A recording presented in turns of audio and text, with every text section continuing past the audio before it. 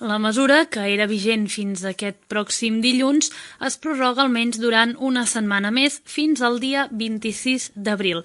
Una pròrroga de les mesures vigents necessària per estabilitzar les dades i entrar en una fase de regressió, ha dit el secretari general de Salut, Marc Ramentol. I és per això que avui, des del Departament de Salut i des del Departament d'Interior, s'ha proposat en el comitè tècnic del Procicat i en el comitè de direcció l'adopció d'una pròrroga de 7 dies de les mesures vigents.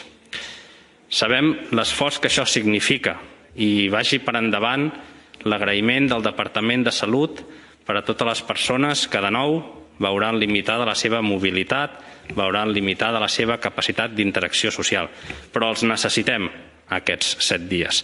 Els necessitem, com deia, per estabilitzar i per canviar i per entrar de nou en una fase de regressió, per doblegar definitivament la corba i situar-nos, per tant, d'aquesta manera, amb un horitzó de poder reprendre tot el procés d'obertura a partir del 26 d'abril si els indicadors ens acompanyen. El govern ha assegurat que la Setmana Santa no ha suposat una explosió de casos, malgrat que a les UCI han arribat als 500 pacients ingressats. Ho ha anunciat el Procicat després de la reunió d'aquest divendres, on s'ha posat sobre la taula els confinaments territorials diferents en funció de la situació epidemiològica de cada zona, una mesura que s'estudiarà aquesta propera setmana.